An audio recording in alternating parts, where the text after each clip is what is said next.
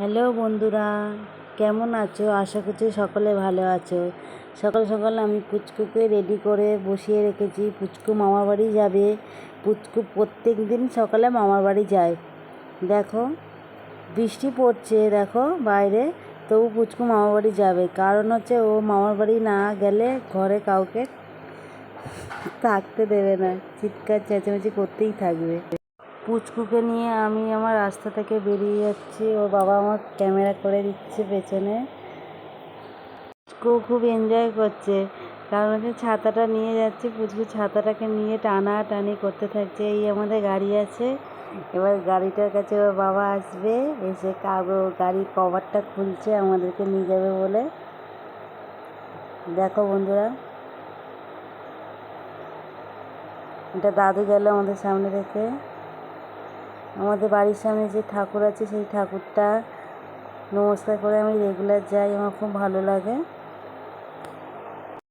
আজকের ওয়েদারটা খুব একটু ঠান্ডা ঠান্ডা, ভাবছিলাম যাব না, কিন্তু নিয়ে যেতে হলো। বাড়িতে চলে এলাম, মা আমাদের জন্য রুটি আলু ভাজা চা করে দিল, আমরা খাচ্ছি এখন। তোমরা টিফিন করেছো সকালে বন্ধুরা? বলো। পুচকু আমাদের সাথে রুটি খাচ্ছে, দেখো, না দিলে চিৎকার করছিল, ওই জন্য ওকে একটু রুটি দিলাম। দেখো বন্ধুরা রুটি খাচ্ছে, কি কিউট লাগছে রুটি খেতে। দেখো বন্ধুরা, পুচকু নাকি রুটি খাওয়া শিখে গেছে। পুচকুকে দুপুরবেলা স্নান করাইনি, ওয়েদারটা ঠান্ডা ঠান্ডা ছিল বলে গাটা মুছিয়ে দিয়েছিলাম। এখন একটু খাইয়ে দিচ্ছি ওকে। ও চিপসের প্যাকেটটা নিয়ে খেলা করছে, সেই সময় খাইয়ে দিচ্ছি ওকে। খাওয়ানো হয়ে গেলে ওকে ঘুম ঘুম ঘুম পাড়িয়ে একটু কাজ আছে, একটু কাজটা করে নেবো।